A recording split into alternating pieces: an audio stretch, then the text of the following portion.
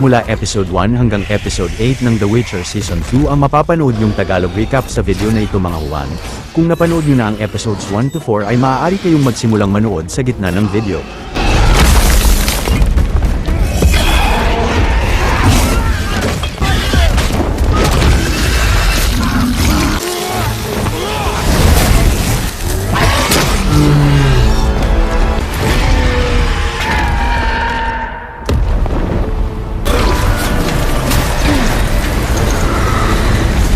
Ang layunin ng channel na ito ay upang mas maunawaan sa Tagalog at mas ma-enjoy ng marami ang mga paborito nilang pelikula at mga palabas sa maiksing oras lamang. Wala po kayong mahahanap ng mga full movie sa channel na ito dahil labag po ang mga ito sa patakaran ng YouTube nang walang hinahawakang copyright.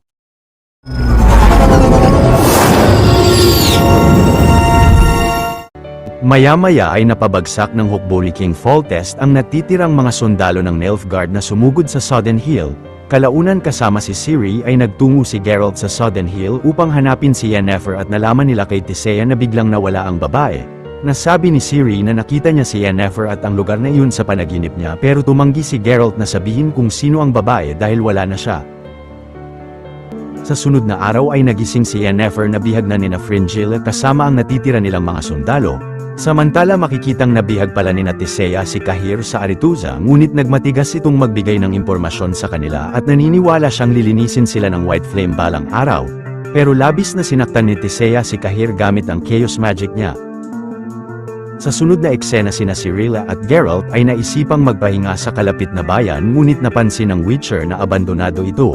Pagkatapos ay nagtungo sila sa kalapit na kastilyo ng kaibigan ni Geralt ngunit biglang sinugod siya ng isang nilalang. Pero napansin ni Geralt na ito pala ay ang kaibigan niyang si Nivellen na nasumpang maging isang halimaw. Ilang saglit ay pinunta ni Nivellen sina Geralt sa hapagkainan at gamit ang mahika niya ay nagbagsak siya ng mga pagkain para sa kanila.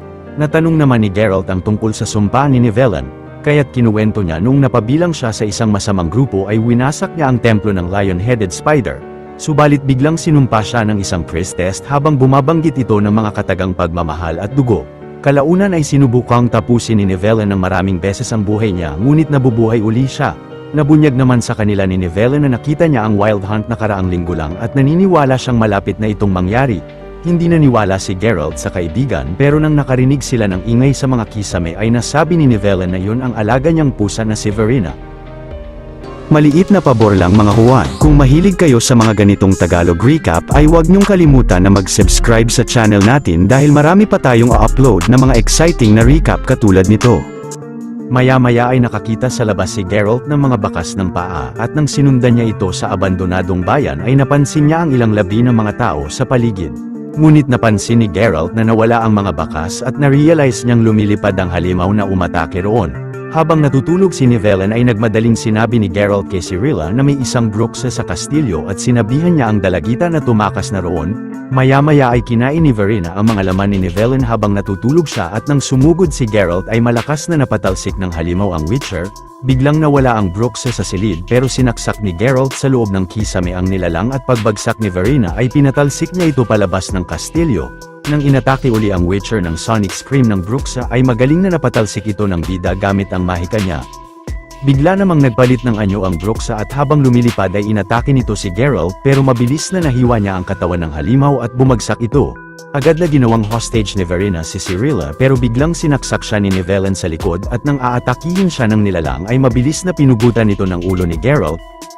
Pero nang nasunog ang buong katawan ng Bruxa ay biglang nawala ang sumpa kay Nivellen ngunit nalungkot siya sa pagkawala ni Verena dahil labis na minahal niya siya. Na-realize naman ni Geralt na pagmamahal at dugo nga ang kailangan upang mawala ang sumpa sa kaibigan at umalis na sila ni Cirilla sa lugar. Samantala dahil sa kabiguan ni Fringilla ay plano niyang gawing alay si Yennefer sa emperador ng Nilfgaard na ang White Flame. Maya-maya ay nag-set sina Fringilla ng camp sa isang tabi subalit hindi nagtagal ay mabilis na tinapos ang lahat ng mga sundalo niya ng mga di makitang kalaban hanggang sila na lang ni Yenna ang natira. Sa sunod na eksena ay napanaginipan ni Yennefer na kinuha ang anak niya ng isang taong nakasuot ng pulang balabal. Kinabukasan ay nagising si Yennefer na bihag na sila ng mga elf army at habang binabangungot si Fringilla ay ginising niya ito. Makikitang sina Filavandrel pala ang bumihag kina Yen at dinala nila sila sa harap ng bagong elf leader nilang si Francesca. Nabanggit naman ni Francesca kay Filavandrel ang pagbisita sa panaginip niya ng isang nakasuot ng puting balabal. Pagkatapos ay sinabihan ng leader si Filavandrel na kapag natagpuan na nila ang hinahanap nila ay pugutan niya ng ulo ang dalawa at dalhin ang mga ito sa Aretuza. Ilang saglit ay habang nasa camp ng mga elf ay nalaman ni Yennefer kay Fringilla na nakakita siya ng isang lalaking nakasuot ng itim na balabal sa bangungot niya. Na-realize ni Yen na habang napanaginipan niya ang isang taong nakasuot ng pulang balabal at itim kay Fringilla ay napanaginipan naman ni Francesca ang isang taong nakasuot ng puting balabal. Pagkatapos ay sinabi ni Yennefer kay Filavandrel na napanaginipan rin nila ni Fringilla ang mga taong mga nakasuot ng magkaibang kulay na balabal at sinabing posibleng makatulong silang matagpuan ang hinahanap nila. Samantala sina Ciri at Geralt ay nagtungo sa tahanan ng mga Witcher na ang Kaer Morhen at masayang sinalubong ang bida ng mga kaibigan niyang Witcher at ng mentor nilang si Vesemir. Kalaunan ay dumating rin sa Kaer Morhen ang Witcher na si Eskel na kakatapos lang pumatay ng isang Leshy at nadala pa niya roon ang kamay ng halimaw. Maya-maya ay dinala sina Yennefer at Fringilla sa isang makalumang templo ng mga elf. Kinuwento sa kanila ni Francesca na napanaginipan niya ang isang taong nakasuot ng puting balabal na ginabayan siya papunta sa bagong kaharian nila. Si Fringilla naman ay nakwentong tinulungan siyang makatakas sa kulungan ng taong nakasuot ng itim na balabal. Pero si Yenna ay nabasa ang mga makalumang elven na kataga sa altar ng templo patungkol sa Deathless Mother at kalaunan ay nagbukas ang isang sekretong daan papunta sa ilalim ng templo. Napagdesisyonan naman ni Francesca at ng dalawa na pasukin ang daanan. Nang nasa loob na ang tatlo ay nakakita sila ng isang kubo na walang pinto pero nang binanggit ni Francesca ang mga kataga sa altar ay kusang humarap ang kubo sa kanila. Samantala si Geralt ay sinimulang pag-aralan ang kamay ng Leshy pero kalaunan ay nakita niyang nagsasaya ang mga kasamahan niya kasama ang mga bayarang babae. Subalit nang nakipagtalik sa isang babae si Eskel ay lumabas sa balikat niya ang ugat ng Leshy. Maya-maya ay napansin ng mga Witcher na biglang nag-vibrate ang mga kwintas nila at na-realize nilang may umaatake sa Kaer Morhen. Ang Witcher naman na si Lambert ay pinasok ang mga babae sa kwarto ni Ciri at sa kabilang kwarto upang hindi sila mapahamak, ngunit kalaunan ay napagdesisyonan ng mga babae na tumakas ng Kaer Morhen. Ilang saglit pagpasok ni Geralt sa laboratorio ay nakita niyang nababalot ng mga sanga ang babae at mabilis na ginapos rin siya ng Leshy. Pero gamit ang isang torch sa poste ay nagawang makatakas ni Geralt sa mga sanga at agad na inatake niya ang Leshy ngunit napansin niyang si Eskel pala ito. Napilitang kalabanin ni Geralt ang kaibigan at nang nagapos uli siya ng halimaw ay biglang inatake ito ni Vesemir ng sibat sa likod. Pagkatapos ay sabay na hinagisan ni Vesemir at Geralt ang Leshy ng mga kadena na may patalim upang magapos ang nilalang. Nang galit na tatapusin ni Eskel ang mentor nila ay piniliyab ni Geralt ang espada niya at sinaksak ng bida ang halimaw sa likod na agad na kinatapos nito.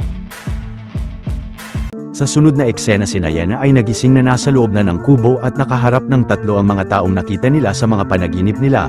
Pero ang mga ito pala ay ang Deathless Mother at mula sa katauhan ng Elven Prophetess na si Ithlan ay kinumbinsi niya si Francesca na makipag-alyansa sa mga tao upang maitaguyod muli ang kaharian nila. Samantala si Fringilla ay kinausap ng Deathless Mother sa katauhan ni Emperor Emhyr ng Nilfgaard at inalok siya nito ng kapangyarihan.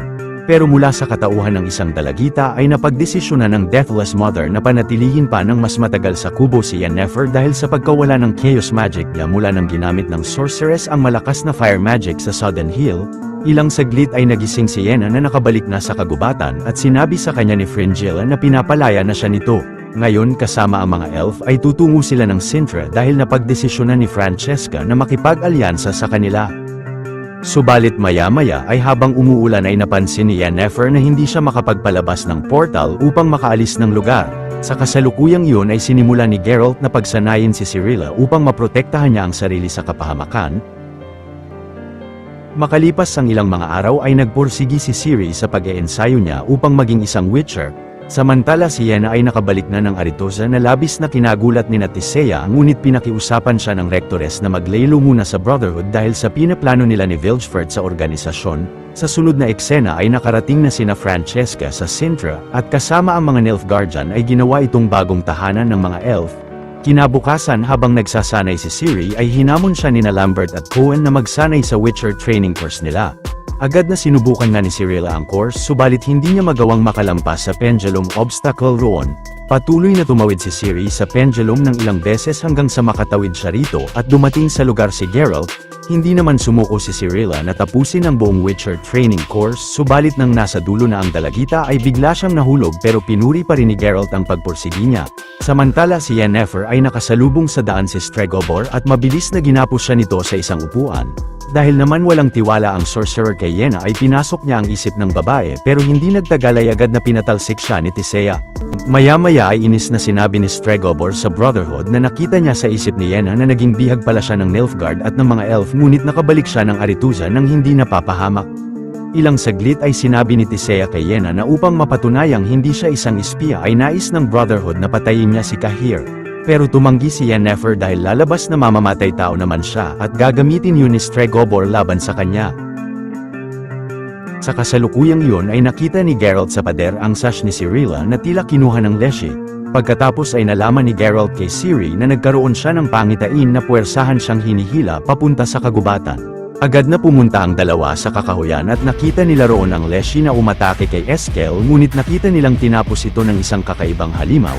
Pinatakbo ni Geralt si Cirilla subalit hindi nagtagal ay mabilis na naabutan at na-corner siya ng halimaw sa isang tabi. Pero si Geralt ay magaling na inatake mula sa taas ang malaking nilalang at agad na pinugutan niya ito ng ulo. Kinagabihan ay nakita si Yennefer ni Istred na planong tumakas sa Aretuza pero nasabi ng lalaki na maraming espiya si Stregobor na nagbabantay sa lugar kaya't mahuhuli rin ang babae kapag tumakas siya. Sa sunod na araw ay pumunta ang Brotherhood of Sorcerers sa templo kung saan gaganapin ang pagpugod kay Cahir at makikitang dumalo roon sina King Foltest pati ang iba pang mga hari ng hilagang mga kaharian. Pero nang pupugutan na ng ulo ni Yenna si Cahir ay winasak niya ang gapos nito at kasama ang lalaki ay tumakas sila ng lugar sakay ng isang kabayo. Kinaumagahan ay habang patuloy na nagsasanay sa kagubatan si Ciri ay nakita niyang papalapit sa kanya ang sorceress na si Triss. Kasama naman si Geralt ay sinamahan nila ang sorceress pabalik ng Kaer Morhen at masayang sinalubong siya ni Vesemir. Samantala sina Yennefer at Cahir ay nagtungo sa bayan ng Oxenfurt ngunit napansin nila roon ang mga nagkalat na wanted poster nilang dalawa. Pagkatapos ay napagdesisyonan ni Yenna na umalis ng Oxenfurt at magtungo sa Sintra. Sa sunod na eksena sa kaharian ng Redania, mabilis na tinapos ni Dijkstra ang dalawang tauhan ni King Vizimir bago siya mabigyan ng mga ito ng inuming may lason. Bilang advisor naman ay minungkahi ni Dijkstra kay King Vizimir na ngayon na ang panahon upang makuha nila ang Sintra sa Nilfgaard. Maya-maya habang kumakain sina Geralt ay sinabi niya kay Cirilla na pinapunta niya roon si Triss upang gabayan siya ng sorceress katulad ng paggabay ni Mousak sa kanya noon. Kalaunan ay pinakiusapan ni Geralt si Triss na alamin kung isang mage nga ba ang kumontrol sa misteryosong nilalang na iyon upang tugisin ang dalagita. Samantala sina Yenna ay biglang inatake ng isang kawal pero agad na napabagsak ito ng babae at nagtago sila sa sewer. Mabilis na inatake si Cahir ng elf na si Balian pero napatalsik niya ang patalim nito. Ang elf naman na si Dermain ay narealize na sina Yenna ang nasa poster at nasabing mapagkakatiwalaan nila sila. Kaya't binunyag nito sa dalawa na plano rin nilang tumakas sa bayan at magpatulong kay Sandpiper na makasakay ng bangka papuntang Sintra. Subalit hindi nagtagal habang ginagabayan ng dalawa sina Yenna ay mabilis na kinuha si Dermain ng isang halimaw sa sewer at si Balian ay nagmadaling tumakbo. Kamuntikan ring makuha si Yennefer ng nilalang pero agad na sinunog ni Cahir ang mga galamay nito at lumabas sila sa kabilang parte ng sewer. Pagkatapos ay sinundan nila si Balian papasok sa isang tavern at nalaman ni Yenna sa ibang elf na si Jaskier pala ang Sandpiper na kasalukuyang nagpe-perform sa tavern. Samantala si Dijkstra ay naisipang magpadala sa Sintra ng isang elf na bihag nila bilang espiya at ang napili niya ay si Dara. Kinabukasan ay mula sa parte ng misteryosong nilalang ay nalaman ni Triss na hindi yun kinokontrol ng isang mage at napansin niyang naging itim na buhangin ito na katulad sa isang monolith na bato. Pagkatapos ay narealize ni Geralt na maging ang sanga ng Leshy ay naging itim na buhangin rin. Nang hinawakan naman ni Cirilla ang buhangin ay nagkaroon siya ng pangitain tungkol sa isang kamatayan at maya-maya ay nagising siya sa kabilang kwarto. Dito na kinuwento ni Ciri nung inatake ng Nilfgaard ang Sintra ay nadukot siya ni Cahir ngunit sa labis na takot ay napasigaw siya ng napakalakas at bumagsak ang malaking monolith sa tabi. Kinaumagahan ng wala ng tao sa tavern ay nilapitan ni Yennefer si Jaskier na labis na kinagulat ng lalaki. Pagkatapos ay binunyag ni Yen kay Jaskier na nagtatago sila sa otoridad at kasama si Cahir ay nakiusap siya sa kanya na tulungan sila. Samantala habang naghahanda si Geralt sa pagbalik sa Sintra upang mag-imbestiga ay pinayo sa kanya ni Triss na kausapin muna ang kaibigan niyang nag-aaral ng mga monolith. Pagkatapos ay gamit ang portal ni Triss ay pinunta niya si Geralt sa Aretuza upang makaharap si Istred. Maya-maya ay nakakita si Vesemir ng mga Feynwed sa Witcher training course at pinakita niya ito kay Triss. Pinaliwanag ni Vesemir na tumutubo lang ang bulaklak na yun kapag may dumanak na dugo ng Elder. Ang dugo na ito ay ang importanteng sangkap upang makalikha muli ng mga mutant Witcher at na-realize ni Vesemir na si Ciri ang susi rito. Sa sunod na eksena ay nanggagabayan na ni Jaskier, si Yen at ang mga elves upang palihim na makasakay sa barko ay biglang hinarang ang lalaki ng isang bantay. Pero si Balian ay matapang na inalipusta ang mga bantay at habang binubugbog siya ng mga ito ay sumakay na sina Kahir sa barko. Pagkatapos ay nagpasalamat si Dara kay Jaskier at nagpaalam na ang lalaki kina Yenna. Subalit kalaunan ay narinig ni Yen ang malakas na sigaw ni Jaskier at pagpunta ng babae sa taas ng barko ay ang wasak na gitara na lang ang nakita niya sa labas. Kalaunan ay hinayaan ni Yennefer na maiwan siya ng barko upang hanapin si Jaskier sa lugar. Samantala nagising si Jaskier na nakagapos na at bihag na pala ng mage na si Rience. Sa sunod na eksena ay pinaliwanag ni Geralt kay Istred na pinadala siya roon ni Triss upang hanapin ang bumagsak na Monolith Tower sa labas ng Sintra, dahil malaki ang posibilidad na doon nagmumula ang mga kakaibang lahi ng mga halimaw. Kinabukasan ay patuloy na tinorture ni Rience si Jaskier gamit ang fire magic nito upang puwersahang alamin sa kanya ang lokasyon ni Geralt. Pero hindi nagtagal ay nahanap ni Yenna kung saan nabihag si Jaskier at nang aatakihin siya ng fire magic ni Rience ay mabilis na binugay niya ito sa muka ng kalaban. Pagkatapos ay tinakbo ni Yennefer si Jaskier palayo sa mage. Nang nakalayo na sila ay sinabi ni Jaskier kay Yennefer na hinahanap ni Rience si Geralt ngunit hindi niya alam kung bakit. Ilang saglit nang lumapit sa kanila ang tatlong kalalakihan ay sinipa ni Yenna ang isa at nagmadali silang tumakbo. Pinapasok naman si Yennefer ng isang babae sa kalapit na tavern subalit hinihintay na pala siya roon ng mga kawal upang dakpin. Sa kasalukuyang iyon ay kinuwento ni Vesemir kay Cirilla na ilang daang taon na ang nakakalipas mula nang nilikha ng mga mage ang mga Witcher upang iligtas ang sangkatauhan. Subalit nang nawasak ang Kaer Morhen ay maraming nasawing Witcher at nawasak rin ang importanteng sangkap upang makalikha muli ng mga tulad nila. Pero nakaraan lang ay nadiskubre ni Vesemir na may dugo ng Elder si Ciri at ito ang importanteng sangkap sa paglikha muli ng mga Witcher. Sumang-ayon namang tumulong si Cirilla kina Vesemir sa kondisyong sa kanya nila susubukan ang eksperimento. Tumanggi si Vesemir dahil malaki ang posibilidad na ikamatay ni Ciri ang operasyon pero dahil sa nalalapit na pagkaubos ng mga Witcher ay napilit ng dalaga si Vesemir. Sa sunod na eksena ay dinala ni Istred si Geralt sa nahating kalupaan ng Sintra dahil sa pagbagsak ng malaking monolith na bato roon.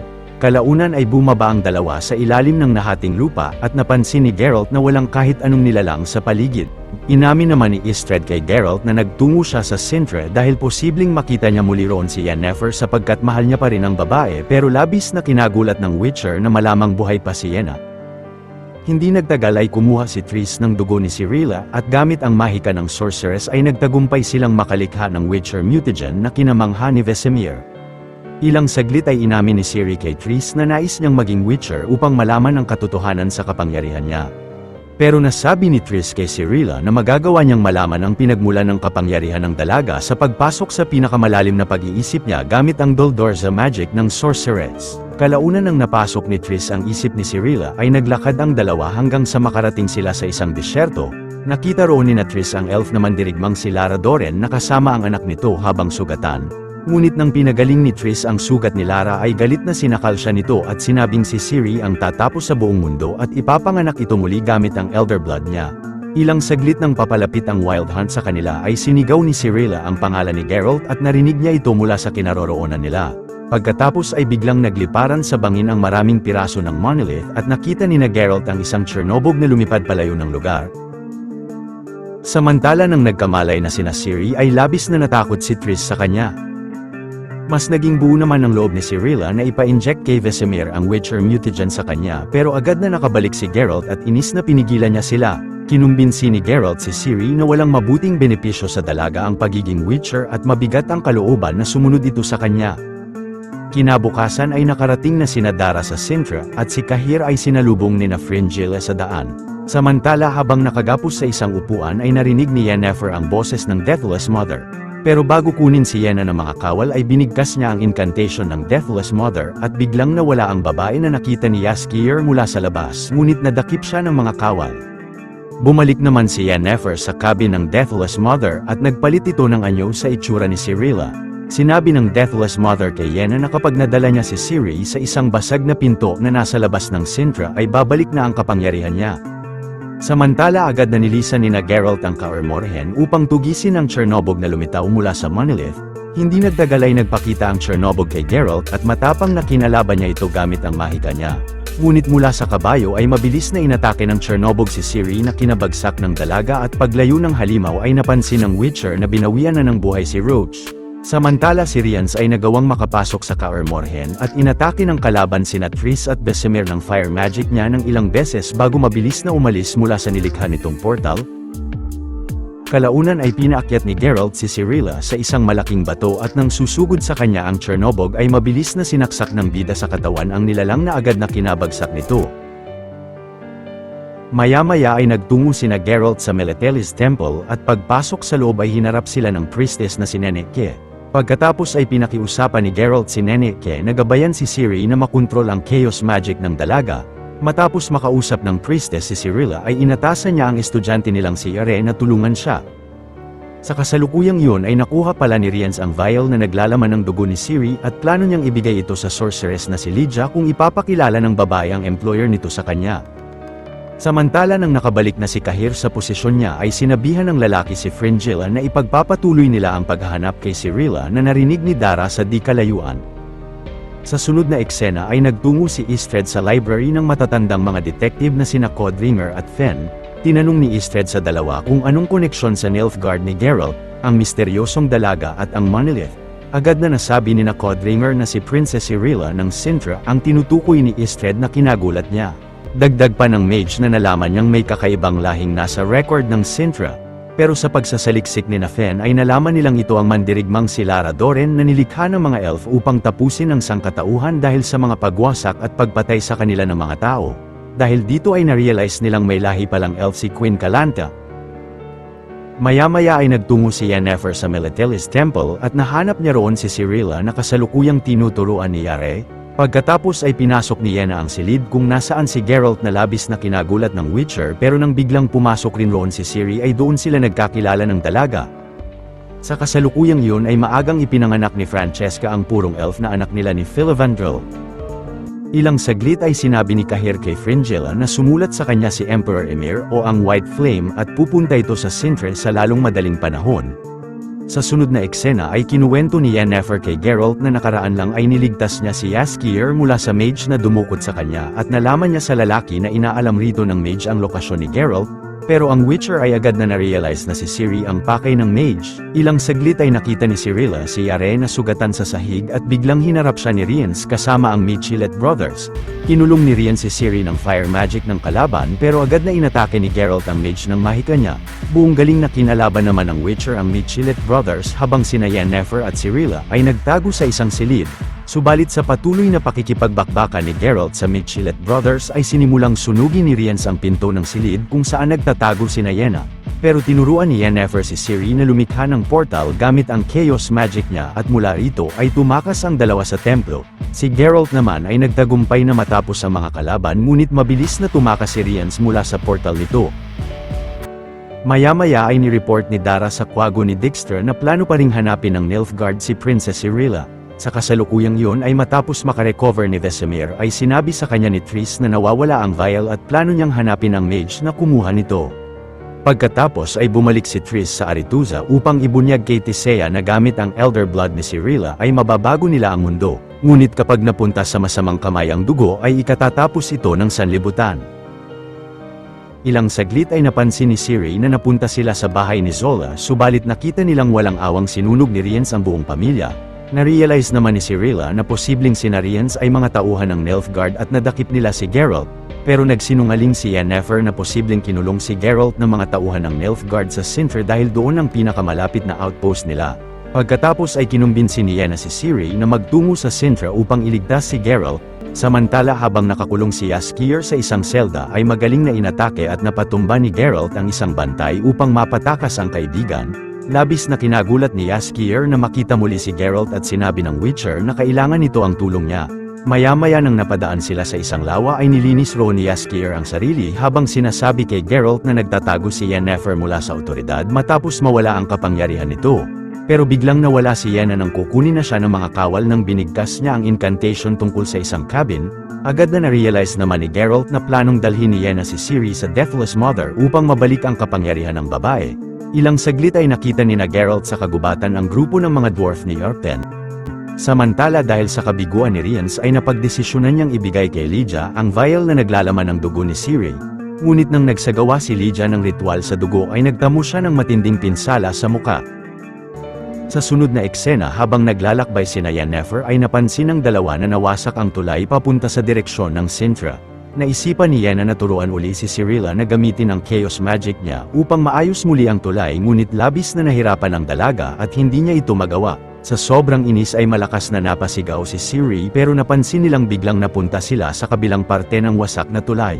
Sa sunod na eksena ay dahil nasabi ni Tisea kay Vilgefortz ang tungkol kay Cirilla ay pilit na inalam ng lalaki kay Triss ang iba pang detalye tungkol sa dalaga pero inis na inalisan niya ang dalawa. Samantala ang Nilfgaardian General na si Haki ay binitay ang ilang elf na nagtangkang pumasok sa tarangkahan ng palasyo ng Sintre dahil inakala niyang espiya ang mga ito na nakita ni Dara.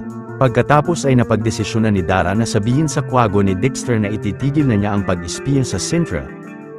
Maya-maya ay nasabi ni Haki kay Cahir na labis na nagdududa siya sa pamumuno ni Fringilla sa Sintra at naisipan niyang magplano laban sa sorceress. Ngunit biglang hindi makakilos si Haki at ang iba pang general dahil napainom pala sila ni Fringilla ng pangparalisa. Agad na tinapos ng sorceress si Haki pati na ang apat na general habang paralisa ang mga ito pero hindi niya pinatay si Cahir. Pagkatapos ay sinabihan ni Fringilla si Cahir na i-report kay Emperor Emhyr na pinatay ang mga general dahil sa katrayduran nila.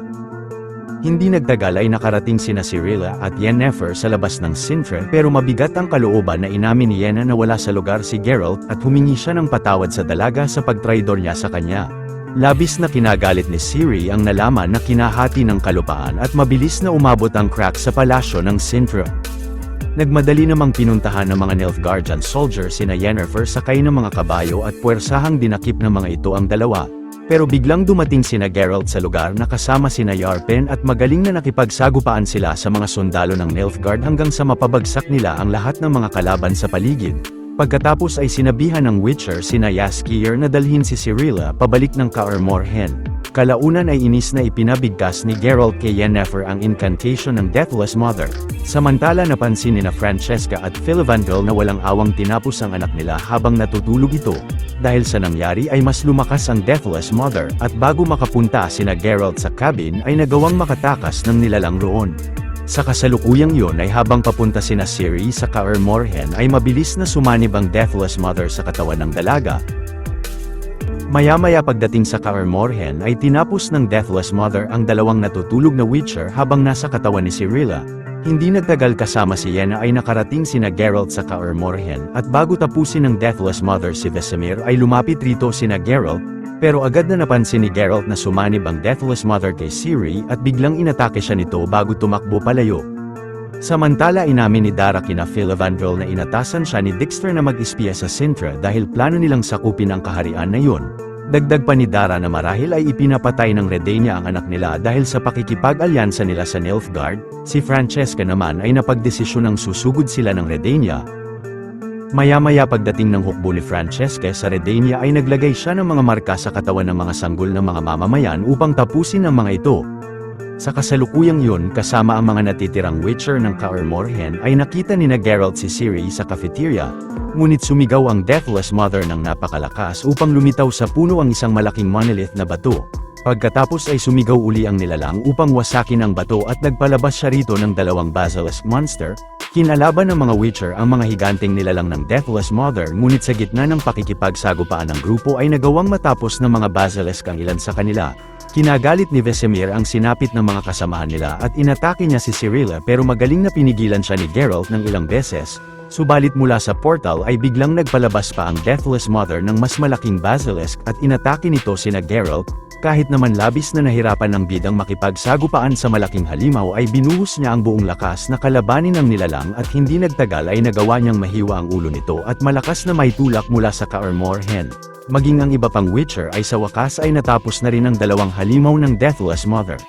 Subalit na-realize ni Geralt na hindi makakatakas si Ciri hanggat walang ibang katawan na maaaring masaniban ng Deathless Mother. Pero si Yenna ay napagdesisyon ng laslasin ang mga pulso at tinawag ng babae ang Deathless Mother upang sumanib sa katawan niya ang nilalang. Ilang saglit nang nagkamalay si Ciri ay kinumbinsi siya ni Geralt na gamitin ang kapangyarihan niya upang mapasok ang Deathless Mother sa portal ng Monolith. Subalit mabilis na nahigop si Ciri at sina Geralt papasok sa portal na nalikha ng dalaga hanggang sa napunta sila sa mundo ng Deathless Mother. Paglabas ng nilalang sa katawan ni Yenna ay agad na sumanib ito sa katawan ng isa sa mga miyembro ng Wild Hunt. Pagkatapos ay bago makuha ng Wild Hunt si Cirilla ay mabilis na binalik sila ng dalaga sa Kaer Morhen. Si Yenna naman ay napansing bumalik na ang kapangyarihan niya nang nagawa niyang mapagaling ang sugat ni Cowen. Maya-maya ay binunyag ni Tisea sa mga hari ng Hilagang Kaharian na buhay si Princess Cirilla. Ngunit suspecha ni King Foltest na planong hanapin ni King Vizimir si Ciri upang pakasalan ito at masakop niya ang Sintra. Kaya't napagkasundoan ng mga hari na maglagay ng pabuya kay Cirilla at kung sino mang magprotekta sa kanya. Sa kasalukuyang iyon ay hinarap ni Lydia at Rience ang misteryosong employer nila upang pag-usapan ang susunod na plano nila sa paghanap kay Ciri. Sa sunod na eksena ay napagpasyahan ni Francesca na manirahan muli sa kagubatan, pero nahanap ni Istred sa kagubatan ang mga elf at binunyag niya kina Francesca na si Princess Cirilla ay isang elder blood na ang makakaligtas sa kanila. Narinig ng kwago ang nabunyag ni Istred at maya-maya habang nasa katawang tao nitong si Philippa ay sinabi ng babae kay Dijkstra ang nalaman niya.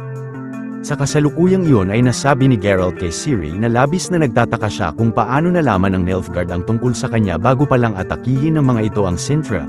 Hindi nagtagal ay nakarating na sa Sintra si Emperor Emhyr o ang White Flame. Ni-report sa kanya ni Cahir at Fringilla na upang lumaban ang mga elf para sa Nilfgaard ay ipinapatay nila ang anak ni Francesca. Ngunit galit na binunyag ni Emhyr na siya ang nagpapatay sa bata upang mahanap ang anak niya dahil siya pala ang ama ni Ciri na si Urchan o si Juni at pinadakip niya ang dalawa. Dito na nagwawakas ang astig na istorya ng Palabas Mga Huwan. Kung natuwa at nagustuhan nyo ang ating tinampok na pelikula ngayong araw ay maaari nyo rin panuorin ang iba pang mga Tagalog recaps natin sa main page ng ating channel, at syempre huwag nyong kalimutan na mag-like, subscribe at mag-hit ng notification bell dahil marami pa tayong tatampok na exciting na mga pelikula sa mga susunod na linggo. See you on the next one mga Huwan.